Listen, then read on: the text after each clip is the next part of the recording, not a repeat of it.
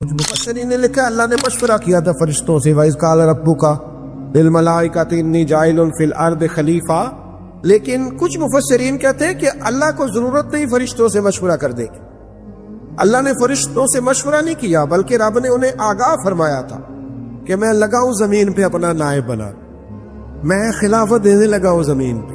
اب یہ تو دینے والے کی مرضی ہے نا اس نے کس کو دینی ہے، یہ تو دینے والے کی مرضی ہے نا اس نے. تو کچھ لوگ کہتے ہیں کہ دینے والے سے زیادہ ہمیں پتہ ہے.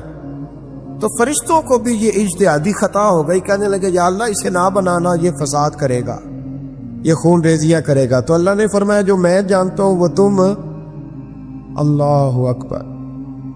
امام راضی فرماتے جب رمضان آتا ہے تو اللہ فرشتوں سے کہتا ہے ذرا یہ کھول کے دروازے دیکھو نا یہ زمین پہ کیا کر رہے ہیں. تم تو کہتے تھے فساد کریں گے اور یہ سارے تراویح بڑھ رہے ہیں. تم تو گویا کہتے تھے فساد کریں گے اور یہ تو دیکھو گویا رمضان کے روزے رکھ رہے، یہ تو میری یاد میں نکلے ہوئے. تم کچھ کہتے تھے اور دیکھو میں نے تمہیں کہا تھا نا جو میں جانتا ہوں وہ تم. اللہ نے پھر حضرت آدم علیہ السلام کو تمام زمانے کے علوم عطا کیے، علم سکھا لیا. تو فرشتوں سے کہا تم بھی ان چیزوں کے نام بتاؤ، تو وہ بتا سکے نہیں. اللہ نے فرمایا اب اس طرح کرو آدم کو سجدہ کرو. سب نے سجدہ کیا سوائے وہ. کہنے لگا یا اللہ صرف تجھے ہی کرتا ہے، کرنا بھی صرف اللہ کو چاہیے، پر رب کے آگے بھی جھکنا چاہیے، اور جس کے سامنے رب جھکائے نا وہاں بھی. اور یہ جو عاجزی ہے نا، یہ جو جھکنا ہے یہ علم کے آگے ہے. ہماری مصیبت یہ ہے کہ ہم علم کے آگے بھی گردن جھکانے کو تیار نہیں ہوتے، وہاں بھی ہم خود عالم فاضل بن جاتے ہیں. تو فرمایا کہ سب سے کہا سجدہ کرو، سب نے سجدہ کیا سوائے ابلیس کے. تو پھر ہوا کیا وَكَانَ مِنَ الْكَافِرِينَ، وہ کافروں میں سے ہو گیا. پھر اللہ نے حضرت آدم کو اور جناب حوا کو نا مقام دے دیا جنت میں رہنے کے لیے، اور کہا سارا کچھ کھانا، درخت کے قریب نہ جانا. فطرت ہے نا انسان کی، وہ جستجو کرتا ہے، کہا اس درخت کے پاس نہ جانا. تو حضرت حوا سلام اللہ علیہ کہتے ہیں دل میں خیال رہتا تھا کہ آخر ہے کیا درخت کے پاس. یہی انسان کا عقیدہ توحید ہے کہ جہاں سے رب منع کر دے وہاں وہ منع ہو جائے. اور یہ ان کی خطا نہیں تھی، یہ اللہ کی حکمت تھی، چونکہ رب نے تو پہلے کہہ دیا تھا بنایا ہی زمین کے لیے، تو یہ تو سارا کچھ ہونا تھا تو زمین پہ آنا تھا نا. تو حضرت حوا اور جناب آدم کے پاس شیطان آیا، اس کو نکال تو دیا تھا پر ابھی اس کا جنت میں آنا جانا بند نہیں ہوا تھا، یہ بھی اللہ کی حکمت تھی. تو وہ کہنے لگا تمہیں پتہ ہے بعد میں مر جاؤ گے. تو حضرت حوا کہنے لگی کیا موت بھی آئے گی؟ کہاں، اس کی تکلیف بھی بڑی ہوگی، تو پھر بچیں گے کیسے؟ تو کہنے لگے پھل کھا لو اس درخت کا. تو بچنے کے لیے پھل کھایا تھا. حضرت عیسیٰ علیہ السلام ایک دن پڑھ رہے تھے انجیل، تو آپ نے نبی پاک کا تذکرہ پڑھا، اس سانپ نے سن لیا. تو حضرت عیسیٰ سے کہنے لگا حضور یہ بتائیں کہ وہ نبی پاک ملیں گے کہاں؟ تو حضرت عیسیٰ فرمانے لگے کہ مکے میں آئیں گے اور مدینے میں رہیں گے. تو کہا ملاقات کیسے ہو سکتی ہے؟ فرمایا چلا جا مکے. تو وہ سانپ 600 سال غار ثور میں، اس نے 70 جگہ پہ سوراخ کیے. کتنے سال بیٹھا رہا؟ بول کے بتائیے. آپ 6 گھنٹے بیٹھ کے دکھائیں، سوال ہی نہیں پیدا ہوتا. ہم بڑے کمزور ہو گئے، ہمارے لیے معاملہ بڑا اور طرح کا ہے. ہماری مرضی کا کوئی بات کرے تو ہم اس سے راضی ہیں. 600 سال وہ سانپ بیٹھا رہا، 600 سال، اور 70 اس نے سوراخ کیے غار ثور میں. لیکن وہ بھی عاشق تھا نا. اور یہاں معاملہ یہ تھا کہ ابوبکر صدیق دعا مانگ کے گئے تھے کہ میں نے کسی کو موقع نہیں دینا، ایک میں ہوں گا دوسرا میرا یار ہوگا. وہ غار ثور کی تو لذت ہی یہ والی تھی، ایک میں ایک میرے محبوب. اس نے 70 سوراخ کیے ہوئے تھے. جناب ابوبکر صدیق نے کہا حضور آپ ٹھہریں، میں ذرا بھی آیا صفائی کر کے. تو نبی کریم علیہ السلام رکے تو حضرت ابوبکر صدیق نے کہیں پگڑی پھاڑ کے رکھی، کہیں چادر پھاڑ کے رکھی، اتنے سوراخ بند کیے تو جو ایک رہ گیا وہاں ایڑی رکھ دی. تو اب وہ سانپ بھی شکوہ کرنے لگا کہ یار تو بھی کوئی نرالا ہی عاشق ہے کہ میں نے تو کسر ہی کوئی نہیں چھوڑی تھی، 70 سوراخ کیے تھے اور تو نے بھی کمال ہی کر دی ہے، یہ سارے ہی بند کر دیے، جو بچ گیا اس پہ ایڑی رکھ دی. اس نے پتہ نہیں کتنے ڈنگ مارے. سانپ کا جب ڈنگ لگتا ہے تو وجود میں بہت زیادہ گرمی پیدا ہوتی. حضرت ابوبکر صدیق کے بارے میں ہمارے شارحین نے لکھا روئے نہیں، وجود اتنا گرم ہوا کہ آنسو ٹپک پڑے. نبی کریم صلی اللہ علیہ وسلم نے فرمایا ہٹا نہ ذرا پیر. پھر انہوں نے ہٹایا تو میرے مصطفیٰ میں لعاب دہن لگایا. حضرت ابراہیم ابن ادہم رحمت اللہ علیہ بادشاہ وقت تھے، اللہ سے بڑا پیار تھا۔ رات کو بستر پہ لیٹتے تو دل کرتا میرے اندر بھی اللہ ایسی صلاحیت پیدا کرے کہ میں بولوں تو میرا رب مان جائے، میں بات کروں تو میرا رب میری اس بات کا بھرم رکھے۔ دل میں خیال آتا تھا، لیکن تھے تو بادشاہ نرم نرم بستروں پہ سوتے تھے۔ ایک دن سوئے ہوئے تھے، چھت پہ کسی کے چلنے کی آہٹ محسوس ہوئی۔ بادشاہ کی چھت پہ بغیر اجازت کون گیا؟ کون ہے چھت پہ؟ تو جب مالک کسی کو قریب بلانا چاہتا ہے تو سبب بھی پیدا فرمائی دیتا ہے۔ وہ بندہ تھا کہ فرشتہ تھا؟ وہ انسان تھا یا اللہ کا پیغامبر تھا؟ اوپر سے بولا، کہنے لگا میرا اونٹ گم ہو گیا ہے، آپ کی چھت سے تلاش کر رہا ہوں۔ میرا بولیے گا، میرا اونٹ گم ہو گیا ہے، آپ کی چھت سے تلاش کر رہا ہوں۔ حضرت ابراہیم ابن ادم کہنے لگے بڑا بیوقوف ہے، بھلا اونٹ کا چھت پہ کیا کام؟ تو وہ اوپر سے آواز دے کے کہنے لگا آپ بھی بڑے بیوقوف ہیں، نرم نرم بستروں پہ خدا کی یاری کا کیا کام؟ نرم بستر بھی ہو، آرام بھی ہو، رب بھی ملے۔ الذین یذکرون اللہ قیاما وقعودا وعلی جنوبہم، اٹھو، بستر چھوڑو، اس کی بارگاہ میں کبھی قیام کرو، کبھی سجدہ کرو، کبھی رو کے اسے مناؤ، کبھی ناز کر کے اسے مناؤ، کبھی اس کے یار پر درود پڑھ کے مناؤ، کبھی قرآن کی تلاوت کر کے مناؤ، کبھی ذکر حسین کر کے مناؤ، کبھی یاد صدیق کر کے مناؤ، کبھی سیدہ فاطمہ کا نام لے کے اسے راضی کرو، کبھی حضرت عائشہ کے تذکرے کر کے اسے راضی کرو، پھر بستر پہ کیوں لیٹے ہوئے؟ حضرت ابراہیم بن ادم فرماتے دل پہ چوٹ کر گئی بات، اٹھا، بادشاہی چھوڑ دی، جنگل میں نکل گیا، اس کی یاد میں لگ گیا، چھوڑ دیا سارا کچھ۔ ایک دن دریا کنارے بیٹھے، سوئی دھاگے کے ساتھ اپنی قمیض سی رہے، پرانے دور کا وزیر گزرا، اسے بڑا ترس آیا، آگے کہنے لگا بادشاہ کیا آپ نے کھپ پایا؟ دیکھو نا کتنی آپ کی سلطنت تھی، کیسے عیش و عشرت تھے، ایک اشارہ کرتے تھے تو سارا ملک اکٹھا ہو جاتا تھا، اب آپ کو کپڑے سی کے دینے والا بھی کوئی نہیں رہا، اپنے ہاتھ سے آپ کپڑے سی رہے ہیں، یہ کیا آپ نے اپنا حال کر لیا ہے؟ جے تو وکیا عشق بازار بھی نہیں، جے تو چڑھیا اتے بار بھی نہیں، ایڈا سستا سودا پیار بھی نہیں، ایٹا سوکھا لبدا یار بھی نہیں، کئی جنگل گانے پیندے نے، کئی دوزخ لگنے پیندے نے، جو اس ملوں بھی مل جاوے، ایڈو سستا ہور وپار بھی نہیں، کچھ سمجھ نہیں آندی لوکاں نوں، اوکا دے نال شہید کرے، ڈٹھی یار دے ہاتھ تلوار بھی نہیں، پر او دا خالی جاندا وار بھی نہیں۔ مانے لگے وہ کیسی بادشاہت تھی اور یہ آپ کو کپڑے سی کے دینے والا بھی کوئی نہیں۔ اللہ کے بندے زیادہ باتیں نہیں کرتے، کام زیادہ کرتے ہیں، وہ پاسوں میں نہیں الجھتے، وہ عمل کی دنیا میں آگے نکلتے ہیں، بول بول کے اپنا آپ ظاہر نہیں کراتے، وہ اپنے کردار سے اپنا آپ ظاہر کراتے۔ سوئی کے ساتھ کپڑے سی رہے تھے، سوئی دریا میں پھینک دی، بولے کچھ نہیں، اس نے کہا کہ وہ بادشاہت کتنی اچھی، جواب کچھ نہیں دیا، سوئی پھینک دی۔ اب دیکھا وزیر کی طرف نگاہ اٹھا کے، اب دوبارہ کہنے لگے مچھلیوں میری سوئی تو واپس کرو، مچھلیوں میری سوئی تو واپس کرو۔ ہر مچھلی اپنے منہ میں سونے کی سوئی لے کے برآمد ہو گئی، فرمانے لگے سونا تو چھوڑ آیا ہوں، مجھے میرے والی چاہیے، اس کو تو چھوڑ آیا ہوں، پھر مجھے وہی لالا کے دکھاتی ہو، چھوڑ آیا ہوں میں، مجھے سونے کی ہاتھ میرے والی سوئی لاؤ۔ ایک مچھلی سوئی لے کے آئی، حضرت ابراہیم بن ادھم سوئی پکڑی، پھر سے کپڑے سینے لگے، ایک جملہ جواب میں، اس وزیر کی اتنی لمبی چوڑی تکڑی اور ایک جملہ جواب میں، یوں نگاہ اٹھائی، فرمانے لگے وہ حکومت اچھی تھی یا یہ حکومت اچھی ہے، وہ حکومت اچھی تھی یا یہ حکومت اچھی ہے۔ پتہ اس کا اثر کیا ہوتا ہے؟ کردار دکھانے کا، کردار دکھانے کا، خدا کی محبت دکھانے کا۔ حضرت ابراہیم بن ادم فرمانے لگے اس وقت تو دنیا میری ڈر کے بعد مانتی تھی، اب اللہ سے پیار کیا ہے تو اللہ نے ساری مخلوق کے دلوں میں میری محبت پیدا فرما دی۔ اب لوگ مجھ سے محبت کرتے ہیں اس لیے کہ میں نے اللہ سے پیار کیا ہے، اس نے سارے میرے فرما بردار بنا دیے ہیں۔ پتہ اس کا اثر کیا ہوتا ہے؟ وزیر نے کیا کیا، گھوڑے سے اترا اور ساتھ جو نوکر تھا اس کو کہنے لگا یہ گھوڑا واپس محل میں لے جاؤ، مجھے بھی وہ والی بادشاہی نہیں چاہیے، یہ والی بادشاہی چاہیے، میں بھی یہ والی بات۔ میرے عزیز تو کہاں کھویا پھرتا ہے؟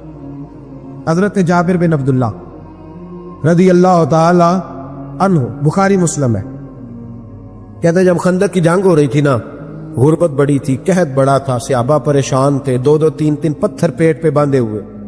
میں حضور کو دیکھ کے گھر آیا تو زوجہ سے کہا بھلی مانس کچھ ہے کھانے کی؟ کہنے لگی تھوڑے سے جو ہیں۔ تو میں نے کہا پیسوں کی تو کتنی روٹیاں بنے گی؟ کہنے لگی 2-3، 4 بن جائیں گی۔ کہنے لگے سالن؟ زوجہ کہنے لگی اگر وہ بکری کا بچہ ذبح کرو تو 3-4 بندوں کا سالن بھی بن جائے گا۔ کہتے میں نے اسے ذبح کیا، بیوی سے کہا تو جاؤ پیس۔ کہتے میں نبی کریم کی بارگاہ میں حاضر ہوا صلی اللہ علیہ وسلم، حضور کی خدمت میں۔ زوجہ کہنے لگی کان میں کہنا حضور کے، سارے نہ آئے، جس طرح لیڈروں کے کھانے اندر ہوتے ہیں علیحدہ، اور جو نعرے لگا رہے ہوتے ہیں نا سویر سے انہیں ڈبہ ملتا ہے، لیکن وہ پھر بھی نعرے لگاتے ہی رہتے ہیں۔ مجھ پہ الزام لگنے لگا ہے کہ آپ سیاست دانوں کو ہر جمعے میں رگڑا دیتے ہیں، تو میں کہنا ان صحیح کر چھوڑو، پھر اسی مڑ جانے تنوا کو سیانے ہو جائیں۔ یہ سیانے نہیں ہو رہے، ابھی بات کرنے کی بھی اجازت نہیں۔ شعر کہہ دیتا ہوں کہ ہم آہ بھی کرتے ہیں تو ہو جاتے ہیں بدنام، وہ قتل بھی کر دے تو چرچا نہیں ہوتا۔ انہوں نے کدے پوچھا جی سانو یا کہہ دے چوپ رہو۔ لیکن بھائی یہ اس ممبر کا تقاضا ہے، میرے امام اعظم کا فتویٰ ہے، جو عالمی حالات سے باخبر نہ ہو وہ جمعے کا خطبہ نہ دے۔ وہ جو رٹی رٹائی باتیں ہم سے نہیں ہوتی، اس لیے کہ جلال بادشاہی ہو یا جمہوری تماشا ہو، جدا ہو دین سیاست سے تو رہ جاتی ہے چنگیزی۔ حق بات انشاءاللہ ہو رہی ہے اور ہوتی رہے گی، اور بات صاف ستھری ہے۔ اگر کوئی بات ایسی ہوگی تو وہ بات اگر غوث پاک اپنے خطبہ جمعہ کے اندر کہہ سکتے ہیں کہ میں ظالموں کو حکمران نہیں بننے دوں گا، تو ہم تو ان کے نوکر ہیں نا، پھر ہم قادری کیسے ہوئے اگر غوث پاک کے طریقے پہ عمل ہی نہ کریں تو۔ اس لیے مہربانی کرے ہمیں کوئی شخص ایسا مشورہ نہ دے، بلکہ کئی دفعہ ظلم ہوتا ہے، جب کوئی مشورہ دیتا ہے تو عورتیں تو انہوں دل کرتا ہے۔ اس لیے مہربانی کرے ایسی کوئی مشاورت نہ کرے، بالکل جو غلط بات کرے گا اس پہ ہم بولیں گے، اور آہستہ آہستہ نہیں، کھل کھلا کے بولیں گے، بالکل بولیں گے، اس لیے کہ اللہ نے زبان دی ہے، وہ کسی وڈیرے کے قدموں میں بیٹھنے کے لیے نہیں دی، وہ رسول اللہ کے ترانے پڑھنے کے لیے دی ہے۔ ترانے پڑھنے، اگر حضرت بلال رسیوں میں بند ہو کے اور ابو لہب اور عتبہ اتیبہ اور عبداللہ بن جدان اور امیہ بن خلف جیسے لوگوں کے بیچ کھڑے ہو کے کہہ سکتے ہیں نہیں بات جو سچی ہے وہ کی جائے گی، تو ہم ممبر رسول پہ بیٹھ کے نہیں کہہ سکتے؟ اپنے بھی خفا مجھ سے ہے، بیگانے بھی ناخوش، میں زہر حلال کو کبھی کہہ نہ سکا کن، میں کہتا ہوں وہی بات سمجھتا ہوں جسے حق نے ابلائے مسجد ہوں میں توحید کا فرزند۔ اس لیے کوئی شخص اس نہ سمجھے، ہاں یہ بات علیحدہ ہے کہ ہمارا سیاسی ایجنڈا کوئی نہیں، ہمارا ایجنڈا رسول اللہ کی نوکری ہے صلی اللہ علیہ، سیاسی ایجنڈا کوئی نہیں۔ اللہ کے وقت کی محبت تو سیاست کا چلن چھوڑ دیا، ہم اگر عشق نہ کرتے تو حکومت کرتے، وہ بات علیحدہ ہے۔ بہرحال عام طام پر سر مطلب حضرت جابر ابن عبداللہ رضی اللہ تعالیٰ عنہ کہتے ہیں زوجہ نے کہا کان میں کیا نام، میں نے کان میں جا کے کہا حضور 2-4 بندوں کی روٹی ہے، آ جائیں کھانا کھا لیں۔ وہ والا رنگ نہیں تھا نا کہ لیڈروں کا کھانا اور کارکنوں کا کھانا چلو اور گل کر لینے، آپ پیران دی یخنی تے روٹیاں پہ ہو کے کہندے حضرت جی بیمار نے تے مرید لنگر کھانے دے شفا ہے، تے میں کہا تم ہی کھا مار تینوں بھی شفا ہو جائے گی، تو اپنے لیے تے چوری پکائی اندر۔ یہ رنگ وہاں نہیں تھا۔ میرے نبی پاک سید عالم صلی اللہ تعالی علیہ وسلم کے کان میں کہا حضور 4-5 بندوں کی روٹی ہے۔ حضور باہر نکلے خندق سے، باہر نکل کے فرمایا چلو بھائی سارے، جابر نے کھانا پکایا ہمارا۔ حضرت جابر کہتے میں نے دوڑ لگائی، گھر آ گیا اور میں نے کہا تجھے تیری مار ہوئے، حضور تو 1000 سے زیادہ بندہ لے کے آ رہے۔ تو کہتی تو نے کہا نہیں تھا نبی پاک سے 4-5 بندوں کا ہے۔ حضرت جابر کی زوجہ کا عقیدہ سنو، کہنے لگے میں نے تو کان میں کہا تھا، دوسرے نے سنا بھی نہیں، وہ تو حضور نے کہا سارے چلو، تو کہتے ہیں زوجہ مجھے تسلی دینے لگی، کہنے لگی بس پھر جو نبی آ رہے ہیں وہ انتظام بھی کرائیں گے، جو آ رہے ہیں وہ انتظام بھی کرائیں گے۔ کیا کہا مولانا حسن رضا نے؟ قلم توڑ دیے، کہنے لگے آج جو عیب کسی پر نہیں کھلنے دیتے، آج جو عیب کسی پر نہیں کھلنے دیتے، ارے کب وہ چاہیں گے میری حشر میں رسوائی ہو، دل میں ہو یاد تیری کوچائے تنہائی ہو، پھر تو خلوت میں عجب انجمن آرائی ہو۔ کہتے حضور آئے 1000 سے زیادہ کا لشکر لے کے، اور مجھے فرمانے لگے روٹیاں نہ پکانا، پہلے آٹا میرے پاس لاؤ، اور چولہے سے کھانا نہ اتارنا، مجھے لے جاؤ۔ کہتے میں نے سالن بھی پیش کیا، روٹیاں بھی۔ حضور نے تھوڑا سا لواب دہن آٹے میں ڈال دیا، لواب دہن، تھوڑا سا لواب دہن ہنڈیا میں ڈال دیا، فرمایا اب نکالتے جاؤ اور کھاتے جاؤ، میرا جوتا ہو گیا اب نکالتے جاؤ۔ حضرت جابر ابن عبداللہ کہتے ہیں 1400 بندے نے کھایا، ہمیں نہیں پتا روٹیاں کدھر سے آئیں، اتنی برکت ہوئی پتہ نہیں کدھر سے آئی، سالن پتہ نہیں کدھر سے آیا۔ کہتے ہیں سارے سیر ہو کے کھا لیا تو فرمایا چلو بھی جاؤ جا کے کام کرو، مجھے فرمانے لگے اب تو بھی کھا، آ جا بچے بھی بلا۔ کہتے سب نے کھایا، حضور اٹھ کے جانے لگے تو فرمایا ذرا روٹیاں دیکھ پہلے زیادہ تھی کہ اب زیادہ ہے، ذرا دیکھنا سالن پہلے زیادہ تھا کہ اب زیادہ ہے۔ تو میں نے کہا نہیں حضور پہلے سے زیادہ ہے، میرے محبوب کے تبرک میں اتنی برکت ہے۔ تو حضور کے وجود سے جو چیز لگ جائے تو اسے قیمتی نہیں سمجھتا؟ کہاں بیٹھ کے دین پڑھا ہے؟ یا ہمیں سمجھا لے یا پھر ہم تجھے سمجھائیں، صحیح تینوں سمجھائیے تو صحیح کر کے سمجھائیے۔ ان لوگوں کو گمراہ کرتے ہو، اتنا غلط نظریہ، اس قدر غلط سو۔ میں نا غار ثور پہ چڑھنے لگا تو مجھے وہاں ایک نیچے صاحب مل گئے، کہنے لگے اتنے کی لین چلے ہو؟ میں کہ تینوں اسی اتھوں میں نہیں پوچھ کے آیا جدو کرو آئے ہیں، ایتھوں میں نہیں تینوں پوچھنا بے لیا، تو غلط فہمی دا شکار ہے۔ کہنے لگا وہ تو حضور تو کام سے گئے تھے، آپ کو کیا کام ہے؟ میں کہ ایسے لئے ٹائم نہیں تیرے نال گل کرن دا، اس وجہ سے کہ سانو تے غار ثور پہ یاد آؤندی ہے۔ اور واپس آ گئے، عام آدمی تھا، خیر وہ کہیں سے آیا ہوا تھا، اردو بولتا تھا۔ تو میں ایک عمرہ کرنے کے لیے جارانہ سے واپس آیا تو طواف ہم کر رہے تھے، وہ بھی مجھے نظر آ گیا دوڑتا ہوا، میں انہوں آواز مار لی، میں کیا حضرت حاضرہ تے پانیاں سے دوڑیا سن تے تو کا تو چھالا ماری پھر دے او بیائی کولر تے جا بھی آرام کر جا کے، کہندے نہیں انہاں دی ادا تے ادا کرنی ہے۔ تو میں کہ اگر تو حضرت حاجرہ دی ادا کرنی تے اسی حضرت ابوبکر صدیق دی ادا کرنی۔ عجیب آدمی ہے بھائی تو، عجیب بات ہے، لوگوں کا فلسفہ اپنا اپنا، اور پھر پکڑے ہم کہ اس بندے کو جو جواب نہ دے سکے۔ ایسا نہ کرو، یہ زیادتی ہے، امت کو اکٹھا کرو، اتفاق۔ یہ مجھ سے سوال کئی جمعے سے ہو رہا تھا، میں اصل میں نا ان موضوعات کو چھیڑتا نہیں، میری طبیعت اور ہے، لیکن کوئی بندہ یہ نہ سمجھے کہ ہمیں جواب نہیں آتا۔ یہ سوال اٹھا تھا، کوئی یہ نہ سمجھے کہ ہمیں جواب اللہ کے فضل سے، اللہ کے فضل سے۔